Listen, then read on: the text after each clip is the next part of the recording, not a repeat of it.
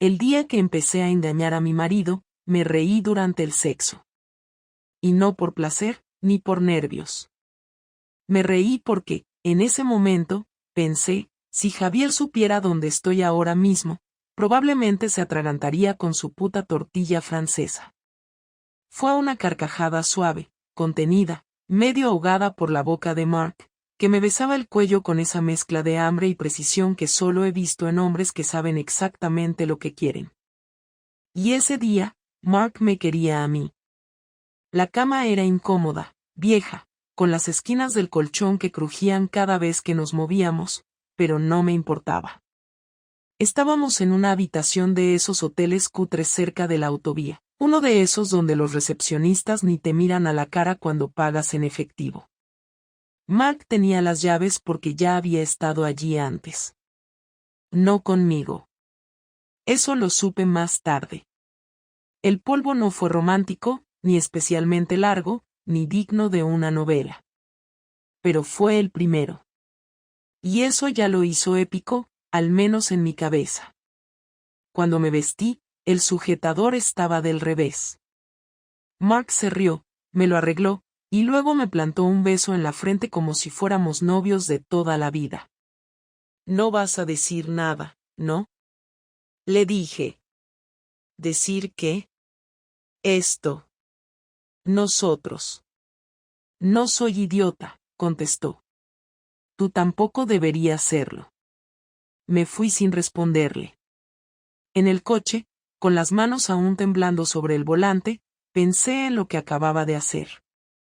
Pensé en mis hijos, en Javier, en todo lo que estaba traicionando. Y luego, pensé en cómo me sentía.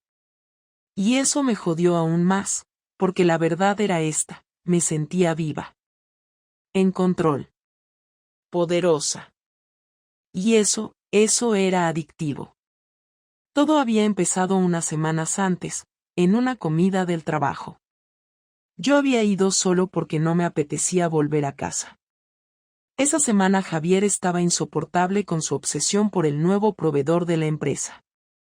Había empezado a trabajar desde casa y ahora lo tenía siempre encima, corrigiendo mis platos, comentando mis horarios, haciendo observaciones pasivo-agresivas del tipo yo sí que he trabajado hoy. Me sentía vigilada. Pero peor que eso, ignorada. Mark se sentó a mi lado por azar. Había trabajado con nosotros en contabilidad unos meses antes y ahora había vuelto como asesor externo. No era guapo en el sentido clásico, pero tenía algo. La forma en que se inclinaba cuando te hablaba. Como te miraba sin prisa, como si realmente estuviera escuchando.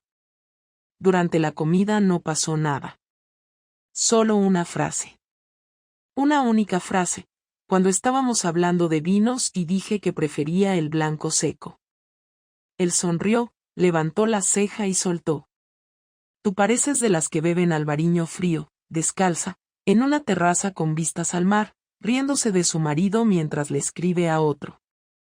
Lo dijo en broma, claro. Con tono de broma. Pero me quedé callada 2 segundos más de lo normal. Él lo notó. Y así empezó todo. Durante semanas, el coqueteo fue ligero. Cafés, alguna charla tonta por WhatsApp, memes. Nada que no pudiera justificar si alguien me preguntaba. Pero había algo en la forma en que escribía. Directo. Crudo. Como si supiera que podía llevarme al límite y que yo no haría nada por detenerlo. La primera vez que me preguntó si me gustaba a alguien más, ya no estábamos hablando de trabajo. Estábamos hablando de lo que no teníamos en casa. ¿Y tú? ¿Tu marido te sigue tocando como antes? Me soltó un día. No le contesté. Pero no bloqueé el chat. No dejé de escribirle. No detuve nada. Una semana después, quedamos para un café. Fue su idea. Lo propuso como algo inocente, entre risas. Y acepté. Cuando llegué, él ya tenía 2 cortados en la mesa. No hablamos de nada profundo. Me contó que su ex se había llevado hasta los enchufes de casa cuando se largó. Yo me reí. Le dije que yo no era tan rencorosa. Que, si algún día me iba, dejaría al menos el microondas. Cuando salimos del bar, me agarró del brazo.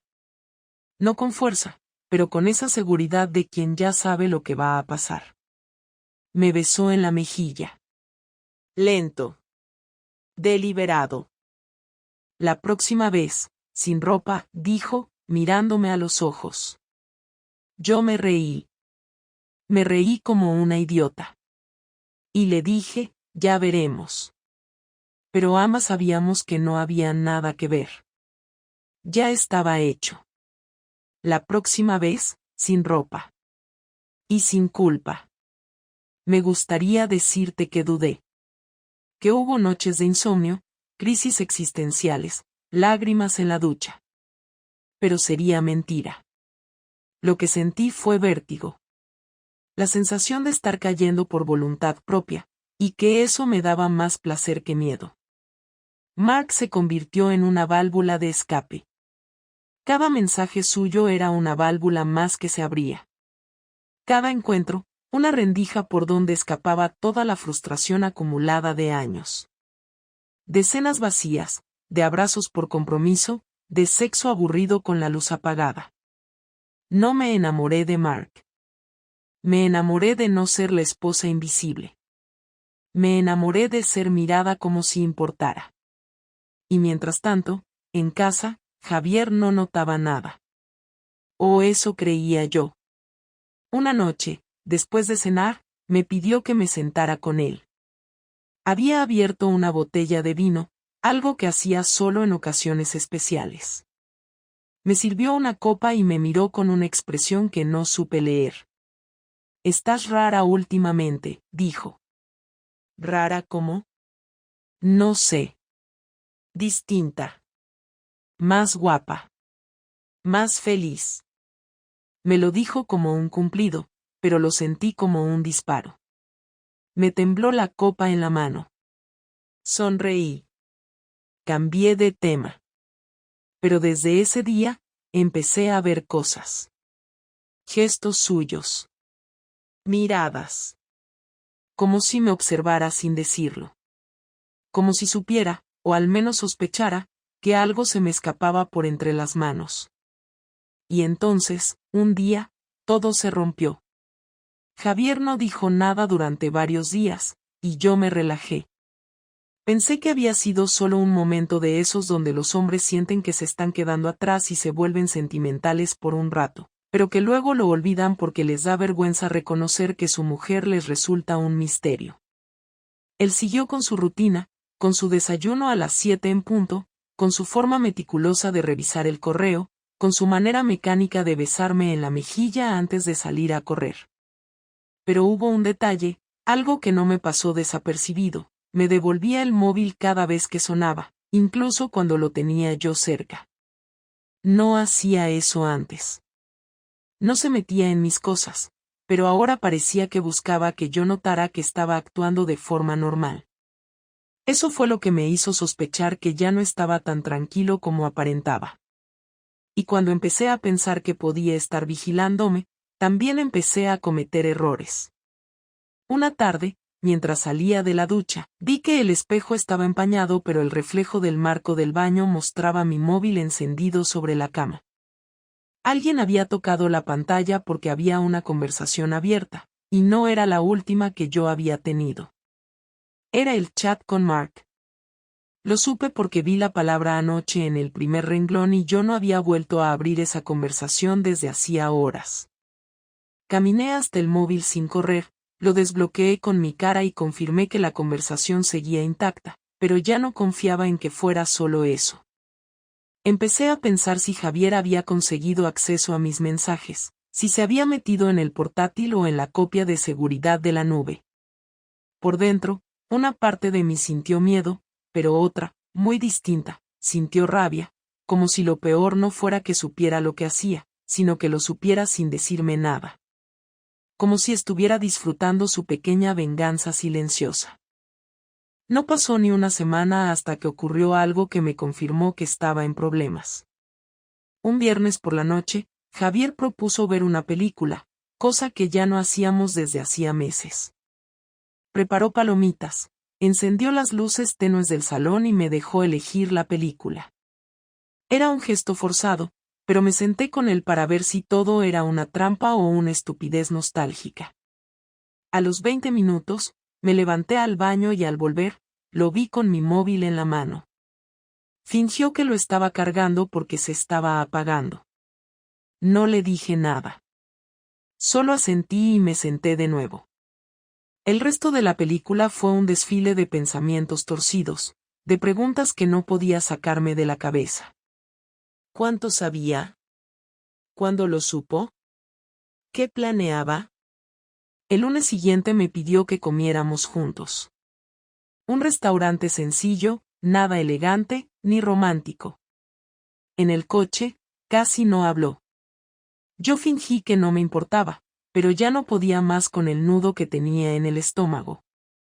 El camarero nos tomó nota, y cuando se fue, Javier me miró con una expresión seca, como si hablara con una vecina y no con su esposa. Su voz era firme, sin rabia, pero sin afecto tampoco. ¿Quieres contarme algo?, preguntó. No me hice la tonta. No pregunté a qué se refería ni fingí sorpresa. Solo respiré hondo y lo miré sin responder. No te voy a dar un discurso.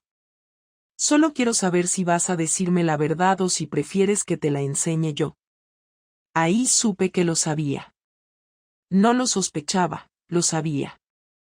No estaba buscando una confesión, estaba dándome una última oportunidad para mostrarle algo de dignidad. Pero no se la di. Le dije que no entendía de qué hablaba. Él asintió, bajó la mirada y tomó un sorbo de agua. Muy bien, Laura. Entonces lo haré yo.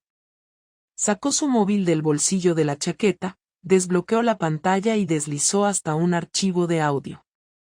Me lo acercó con la pantalla hacia arriba, como si me estuviera mostrando una foto familiar, y le dio al play. No fue una grabación escandalosa. No había jadeos, no había insultos, ni confesiones obscenas. Era mi voz. Mi voz hablando con Mark, riéndome, contándole que Javier no tenía ni idea, que todo era demasiado fácil, que la culpa era más aburrida que real. Luego, su voz, la de Mark, diciéndome que quizás deberíamos ser más cuidadosos porque el marido perfecto parecía más listo de lo que yo decía. Me quedé helada. No por el contenido. Lo que más me afectó fue el tono en el que hablaba, la forma en que trivializaba todo, como si Javier no fuera más que un accesorio doméstico. Sentí un asco inmediato, no por él, sino por mí. Por haber dicho todo eso como si no importara, como si no fuera real. ¿Cuánto tiempo hace que sabes esto?, pregunté. Desde hace más de un mes. ¿Y por qué ahora? Porque no quiero vivir en una casa donde se respira mentira. Ni por mí ni por los niños. No me lo merezco. No supe qué contestar. Tenía las manos frías, el estómago cerrado, la mente llena de imágenes de todos esos días que creí que lo tenía engañado. Pensé en cada excusa, cada mirada que desvié, cada vez que llegué tarde con un olor distinto al del detergente. Él había estado observando, esperando. No para vengarse, sino para entender. Y eso era aún peor. Pagó la cuenta sin mirarme. Me dejó en casa y se fue a dormir al sofá. Esa noche no pude cerrar los ojos. No por remordimiento. No estaba arrepentida de lo que había hecho, sino por la forma en que se estaba cayendo todo. Esperaba gritos, esperaba una explosión. Pero Javier solo se desarmó en silencio. No rompió nada. No me insultó.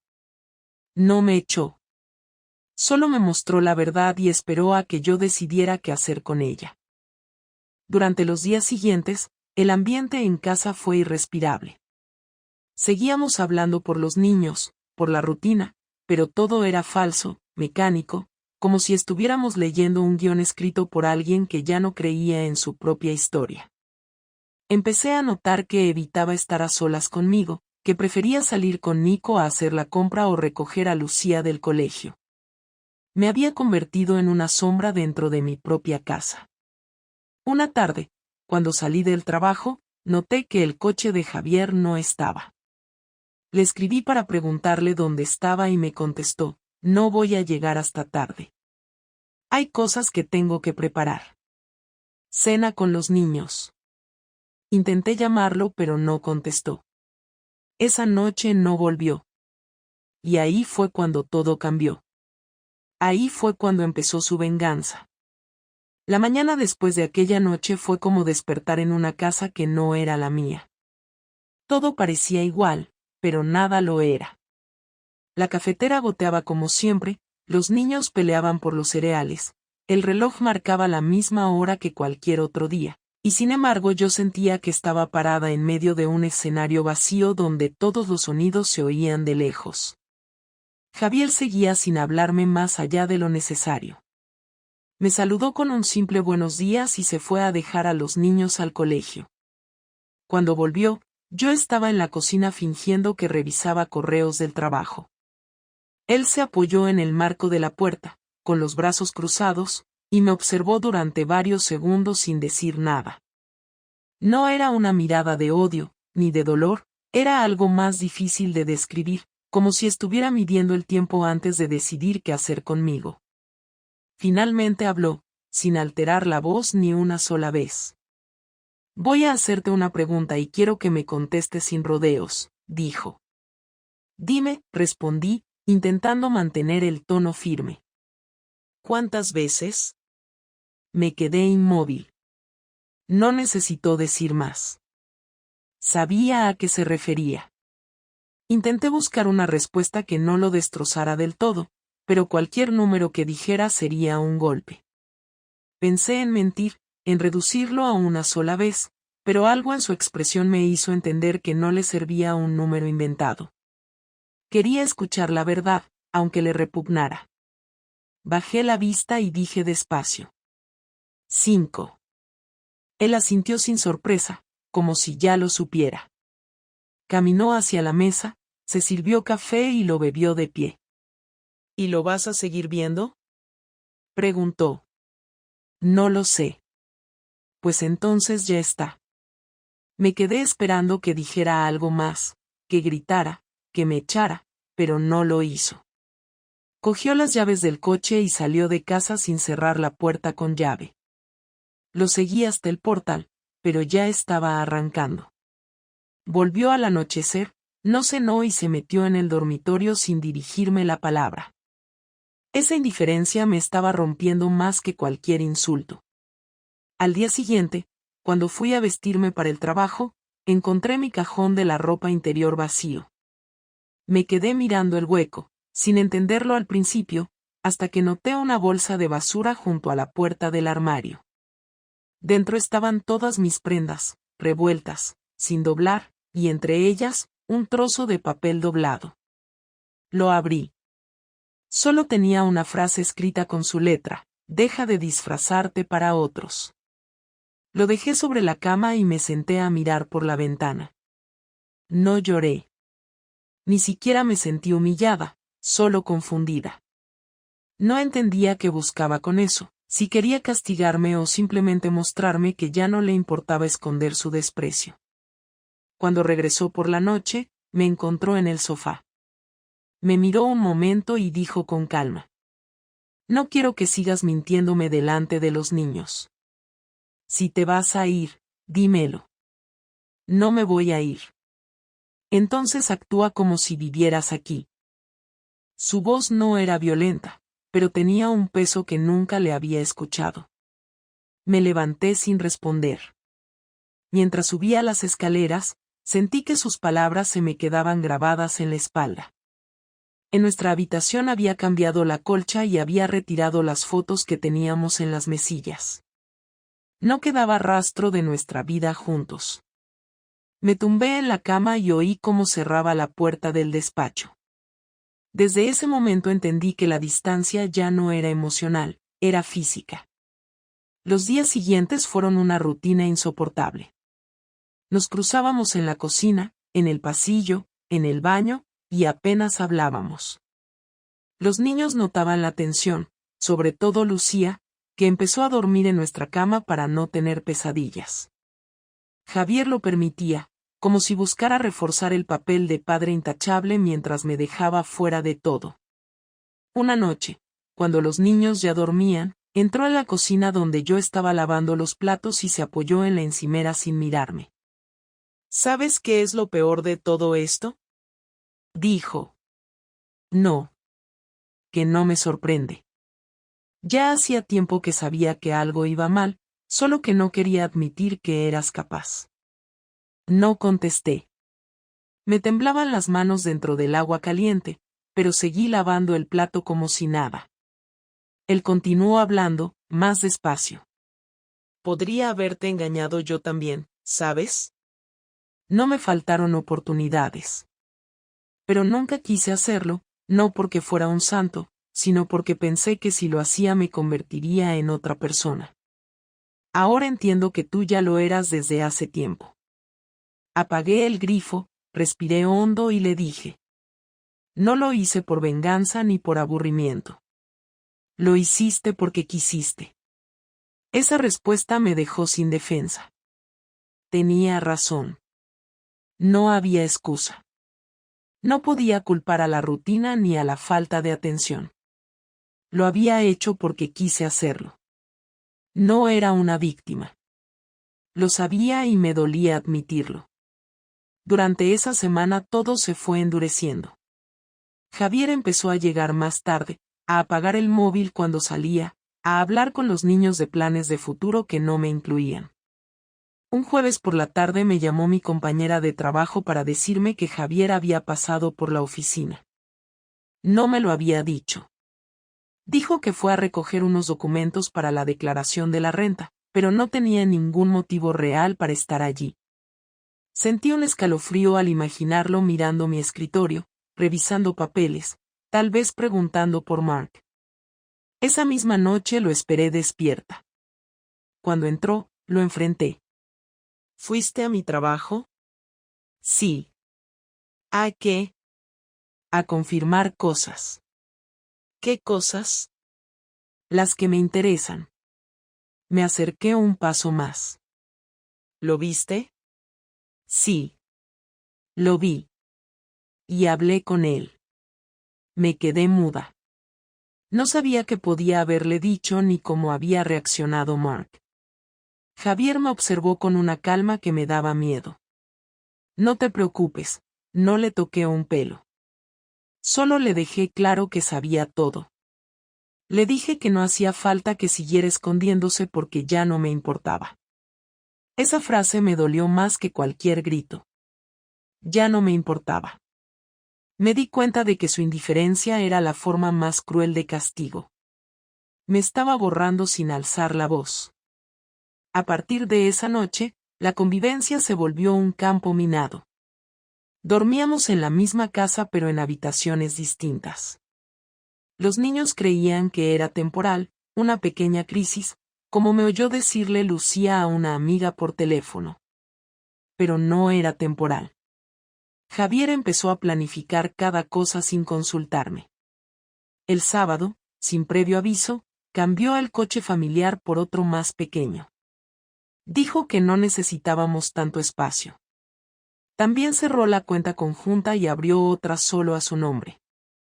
Cuando fui al supermercado y la tarjeta fue rechazada, supe que su venganza estaba en marcha. Intenté hablar con él esa noche. Me senté en su despacho mientras revisaba unos papeles. No puedes dejarme sin dinero, Javier. Tenemos hijos. No te he dejado sin nada, tienes tu sueldo. Eso no alcanza para todo. Entonces tendrás que aprender a hacer cuentas. Su voz sonaba tranquila, casi amable, pero su mirada no tenía compasión. ¿Qué pretendes con esto?, le pregunté. Equilibrar la balanza. Me levanté, furiosa. ¿Y eso qué significa? ¿Que me vas a ir quitando una cosa cada semana hasta que me quede vacía? No. Significa que vas a sentir lo que yo sentí. Poco a poco, hasta que entiendas lo que hiciste. Salí del despacho sin decir nada más. Esa noche no dormí. Me quedé sentada en el borde de la cama mirando la oscuridad del pasillo. Ya no era una discusión de pareja. Era una guerra muda. Y él la estaba ganando. 2 días después recibí un correo del colegio de los niños informándome de que Javier había cambiado la dirección de contacto principal y puesto solo su número. Cuando lo enfrenté por eso, me dijo que era por orden y eficiencia. Me di cuenta de que estaba reconstruyendo su vida sin mí, pero dentro de la misma casa. Me estaba borrando de cada lugar sin sacarme físicamente. Era un castigo calculado, metódico, y no podía detenerlo. La tensión llegó al límite el domingo por la noche. Me acerqué al salón y lo encontré sentado, con una copa de vino en la mano. Me quedé de pie frente a él, sin saber si quería disculparme o pelear. Me miró con una expresión tan serena que me dio rabia.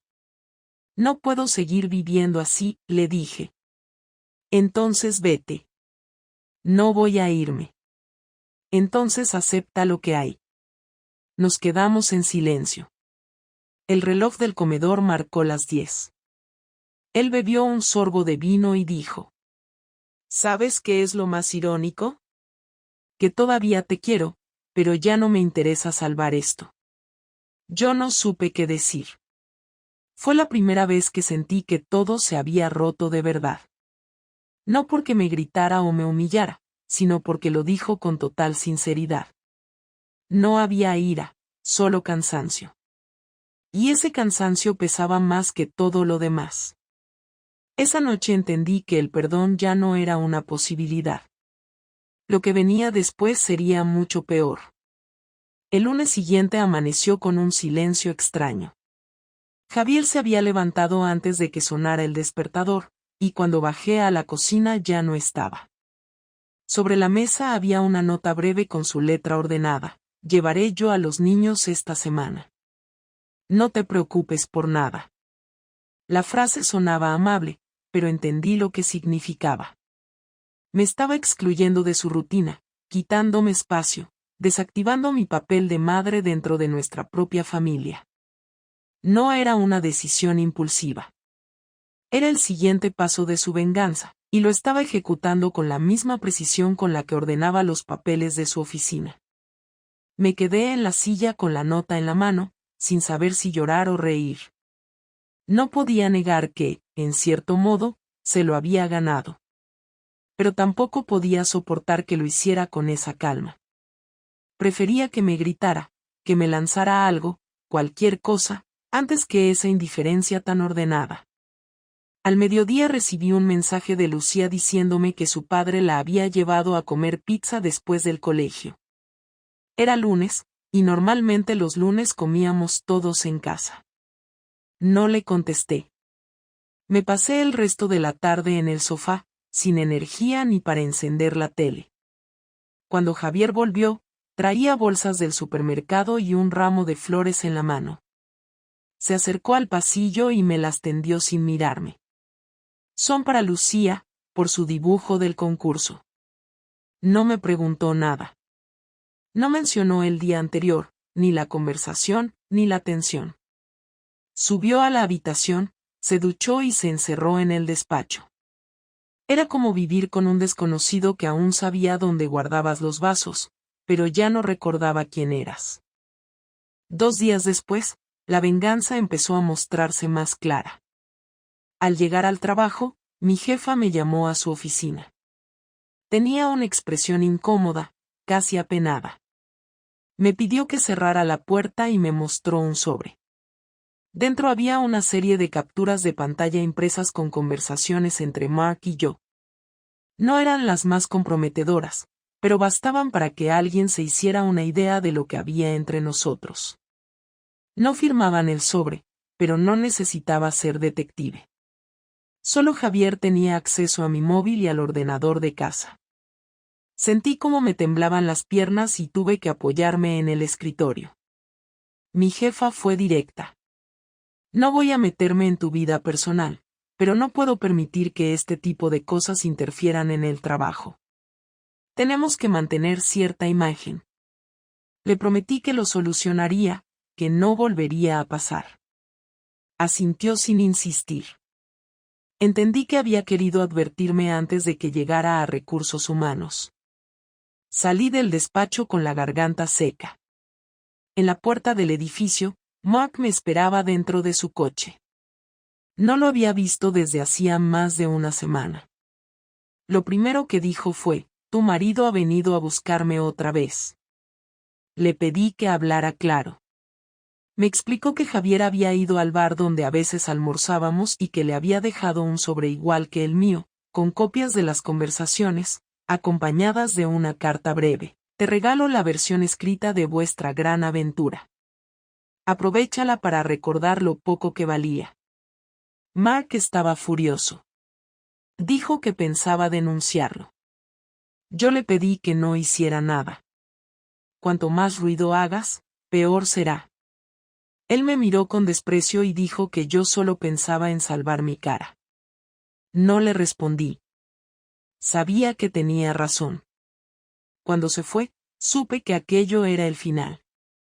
No iba a volver a verlo. Javier no solo había destruido lo que quedaba de nuestro matrimonio, también se había encargado de dinamitar cualquier resto de esa otra vida que yo había intentado construir en secreto.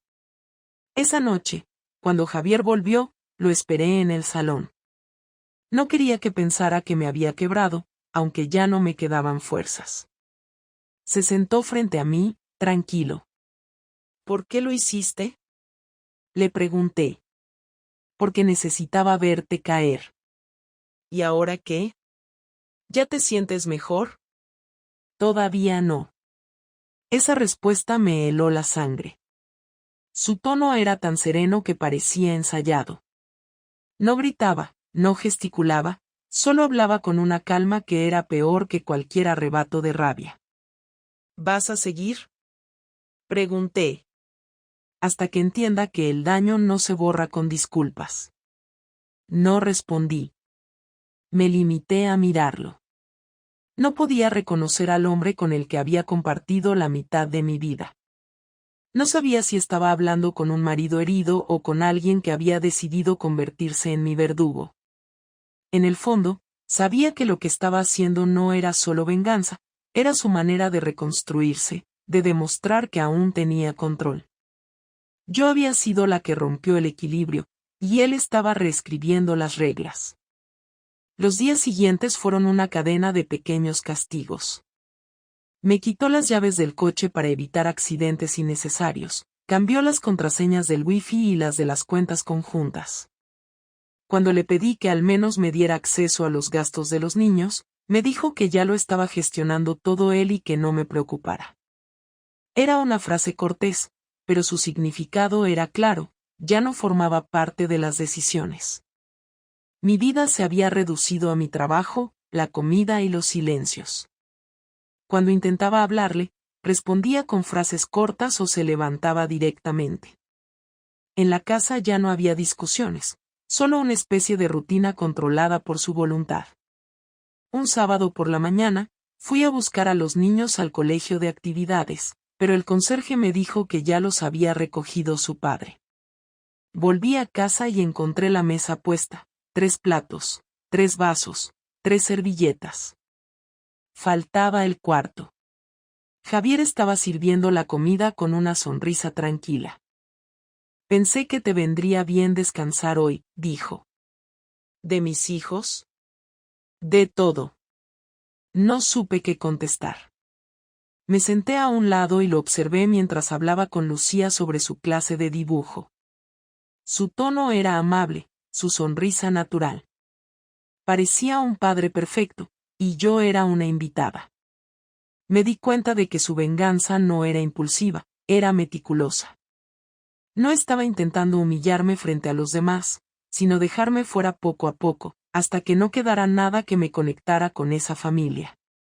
No había gritos ni golpes, pero cada gesto suyo pesaba como una sentencia. Por la noche, cuando los niños se durmieron, lo enfrenté otra vez. No puedes seguir haciendo esto, le dije. Sí que puedo. Estás usando a los niños. Estoy cuidando de ellos. Tú los usaste para mentir, los dejaste dormir en la misma casa donde planeabas tus citas. No me hables de moral. Su voz seguía siendo serena, sin levantarla ni un poco. Esa calma me enloquecía. Si quieres que me vaya, dilo y me iré. No quiero que te vayas, todavía no. La manera en que dijo todavía me heló. No había odio en su voz, solo una decisión firme. Me di cuenta de que lo que buscaba no era que me marchara, sino que me quedara lo suficiente para que el castigo surtiera efecto completo. Durante los días siguientes, mi nombre desapareció de todas las rutinas familiares. Las madres del grupo del colegio dejaron de escribirme porque ahora Javier se encargaba de todo. Incluso cambió las fotos del comedor por otras en las que solo aparecían los niños. No las quitó delante de mí, simplemente un día ya no estaban. No lo hizo por despecho, lo hizo por método. Cada cosa que tocaba la reorganizaba como si yo nunca hubiera existido. Una noche me senté en el sofá y le pregunté directamente. ¿Vas a divorciarte de mí o piensas seguir jugando a esto? No he decidido aún. ¿Qué ganas manteniéndome aquí? La satisfacción de verte sin excusas. Esa respuesta fue lo más cruel que podía haber dicho. Era una confesión clara de que su venganza no tenía un final, porque dependía de mi resistencia. Si me quebraba, ganaba. Si resistía, seguía. No tenía escapatoria. El punto más bajo llegó un viernes por la tarde. Llegué del trabajo y encontré mis cosas del armario empaquetadas en cajas junto a la puerta. No había una nota, solo las cajas. Me quedé mirándolas largo rato. Cuando él llegó, lo esperé en el pasillo. ¿Qué es esto? Orden. ¿Vas a echarme? No. Solo quiero que tengas claro cuál es tu sitio. Pasó de largo y subió las escaleras. Esa noche dormí en el sofá. A la mañana siguiente, los niños estaban en casa de sus abuelos. Javier me ofreció café. Me lo tendió con una sonrisa amable. Te ves cansada, dijo. A lo mejor te vendría bien irte unos días con tus padres. Era la forma más elegante de expulsarme.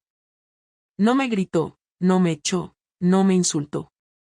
Solo me dio una opción que sonaba razonable. Acepté, no porque quisiera irme, sino porque necesitaba respirar. Mientras hacía la maleta, lo escuché hablar por teléfono en el despacho. Mencionó abogados, documentos, acuerdos. Su venganza estaba completa. No quería destruirme con un escándalo, quería hacerlo con orden, papeles y calma. Esa tarde me fui. No hubo adiós. Ni una mirada. Solo el sonido del ascensor cerrándose.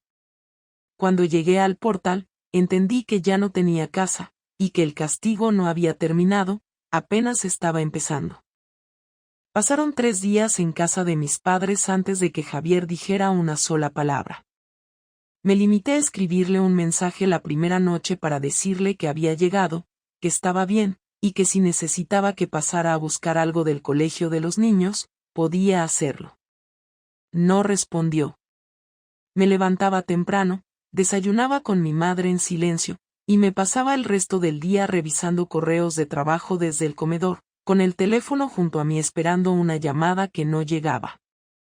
Mis padres sabían que algo iba mal, pero tampoco preguntaban. Notaban que algo grave se había roto y no querían intervenir. Me limitaba a decir que estábamos pasando una mala racha, que necesitábamos tiempo, y lo dejaban ahí. El tercer día por la tarde, mientras regresaba del supermercado, recibí su llamada. No fue larga. Me dijo que necesitábamos hablar y que fuera a casa al día siguiente, sin los niños.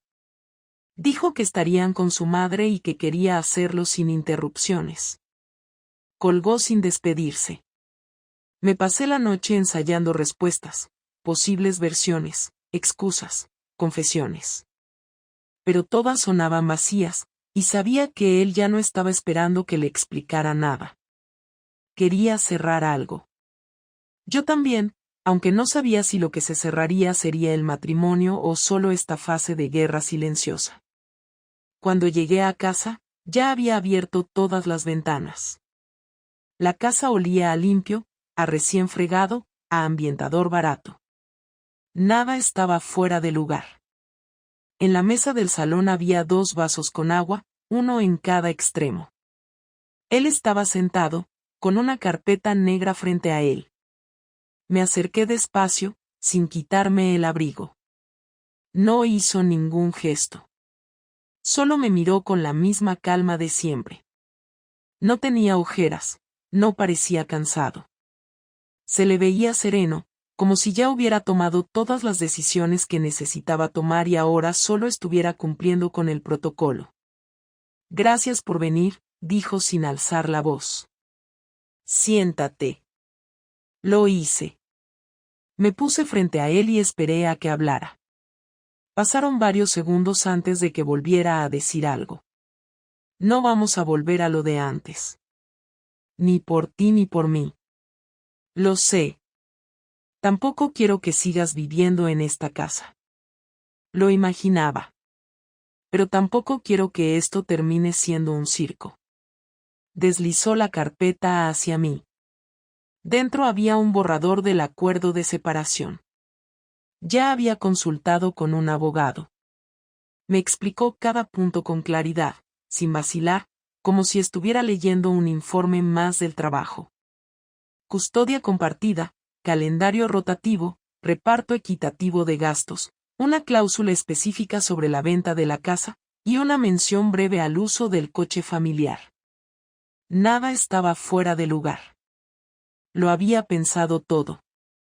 Había incluido una línea sobre cómo explicaríamos a los niños lo que estaba pasando, y propuso que esperáramos hasta el final del trimestre escolar para hacer cualquier cambio brusco. ¿Y esto es lo que tú quieres? Pregunté sin mirarlo. Esto es lo que necesito. ¿No queda nada que salvar? No. Esa respuesta me dolió más que todo lo anterior. No la gritó, no la dijo con rabia. Solo la soltó como quien informa de una decisión logística. No hay nada que salvar. Así, en seco. Lo miré a los ojos. No había rencor. Ni siquiera tristeza. Había una certeza absoluta. Lo había perdido todo, no por una explosión emocional, sino por una secuencia larga de decisiones que yo tomé sin medir las consecuencias. Él no buscaba lastimarme más. Solo quería salir limpio de esto. Me costó mucho más de lo que imaginé no romper a llorar en ese momento. ¿Alguna vez pensaste en perdonarme? Pregunté. Sí. ¿Y? Me di cuenta de que no quiero compartir mi vida con alguien que puede vivir así, mintiendo todos los días, sonriendo como si nada pasara. Puedo soportar muchas cosas, pero no eso. No contesté. No había nada que decir. Todo lo que hubiera servido para arreglar esto ya era tarde. ¿Quieres que firme ahora? Léelo con tu abogado. Tómate un par de días. ¿Y si no estoy de acuerdo con algo? Lo negociamos, pero no vamos a empezar una batalla. No sirve para nadie. Se levantó y fue a la cocina. Escuché el sonido del agua corriendo, de los platos acomodándose en el lavavajillas. Me quedé sola en el salón con los papeles frente a mí. Abrí la carpeta y pasé las hojas sin leerlas. No podía concentrarme. Solo veía nombres, fechas, firmas, y una parte de mí se negaba a creer que eso era real. Pero lo era. Habíamos llegado al final. Cuando volvió, traía una taza de café en la mano. Se quedó de pie, como si no supiera si sentarse o no. Me miró unos segundos y luego dijo: Aún no entiendo por qué lo hiciste. Ni yo. ¿Te arrepientes? De cómo lo hice, sí. ¿Y de hacerlo? No sé. Supongo que sí. Asintió. No parecía sorprendido por mis respuestas. No eres la persona que creí que eras. Y tú ya no eres el hombre que conocí. Yo no cambié. Solo me adapté a la vida que teníamos. Tú fuiste la que decidió romperla. Nos quedamos en silencio. Él volvió a sentarse y me miró a los ojos. No te odio. Tampoco te amo. Y aún así, me cuesta pensar en esta casa sin ti. A mí también. Fue la primera vez que hablamos con algo que se pareciera a honestidad desde que todo estalló. No discutimos. No gritamos. Solo dijimos verdades que ya no servían para arreglar nada. Verdades que llegaban tarde. ¿Qué vas a hacer ahora? Pregunté. Seguir adelante. Trabajar, cuidar de los niños, hacer mi vida. ¿Y yo? Eso ya no me toca decidirlo. Lo dijo sin ironía, sin sarcasmo. De verdad lo creía. Yo ya no formaba parte de su ecuación. ¿Hay alguien más? Pregunté. No. Pero no quiero estar solo el resto de mi vida. ¿Crees que yo lo estaré? No tengo idea. No te deseo nada malo. Pero espero que la próxima vez, pienses 2 veces antes de romper algo que no se puede recomponer. Me quedé sentada mientras él se levantaba y salía al jardín. Me quedé con los papeles en las manos, con la sensación de haber llegado a la escena final de una obra que empezó sin saber cómo iba a terminar. No hubo abrazo, ni disculpas largas, ni promesas. Solo dos adultos reconociendo que lo que tenían ya no existía. Me fui 1 hora después. No sabía qué hacer ni a dónde ir, pero supe que ya no podía volver a esa casa sin ser una invitada. Esa fue nuestra última conversación real. Después de eso, todo se volvió burocracia, decisiones prácticas, horarios, abogados. Nunca volvimos a sentarnos a hablar como pareja. Ya no éramos eso. Éramos solo dos personas que compartían una historia que se rompió sin sangre pero con un daño irreversible.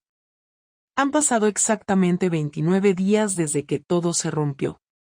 No lo digo por dramatismo ni porque haya llevado una cuenta obsesiva, sino porque el día que empecé a acostarme con Mark fue un viernes a las 6 de la tarde y hoy también es viernes, y he vuelto a mirar el reloj a las 6 en punto, como si algo en mí necesitara cerrar ese círculo de alguna manera.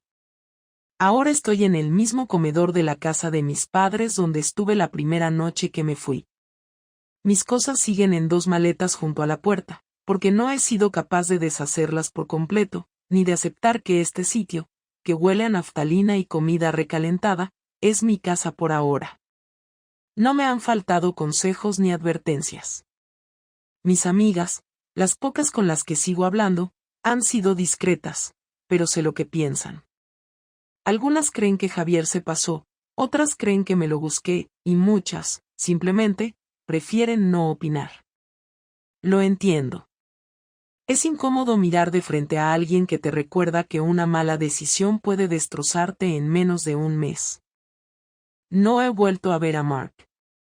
Me escribió un mensaje breve la semana pasada, uno de esos donde uno intenta sonar correcto sin comprometerse a nada, y yo no le contesté.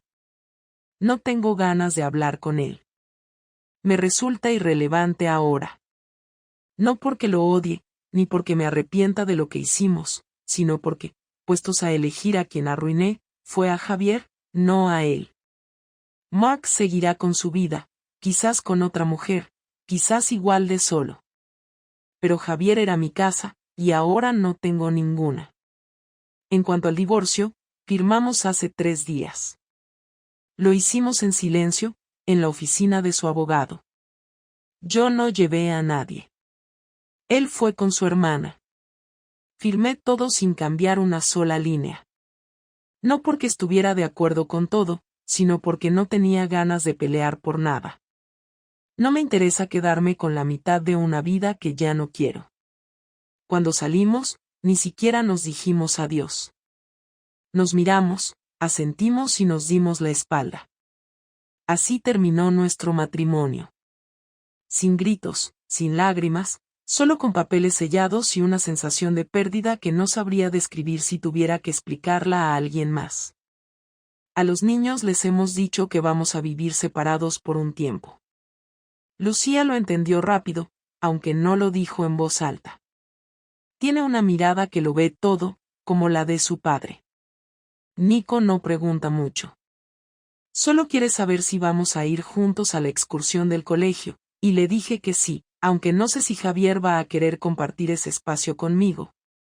En las visitas, ha sido correcto, amable, pero frío. Me habla solo lo necesario. Coordina las entregas con precisión. Llega puntual, se va puntual, no se queda más de lo necesario. Cuando lo veo con los niños, me doy cuenta de que sigue siendo el mismo padre de siempre. No ha dejado de cuidarlos, de jugar con ellos, de enseñarles cosas. Lo que ha cambiado es que ya no soy parte de ese mundo. Solo aparezco cuando me toca, como una figura secundaria que cumple su turno y luego se retira. Hace 2 noches soñé con él. No con Javier como era al final, sino con el de antes.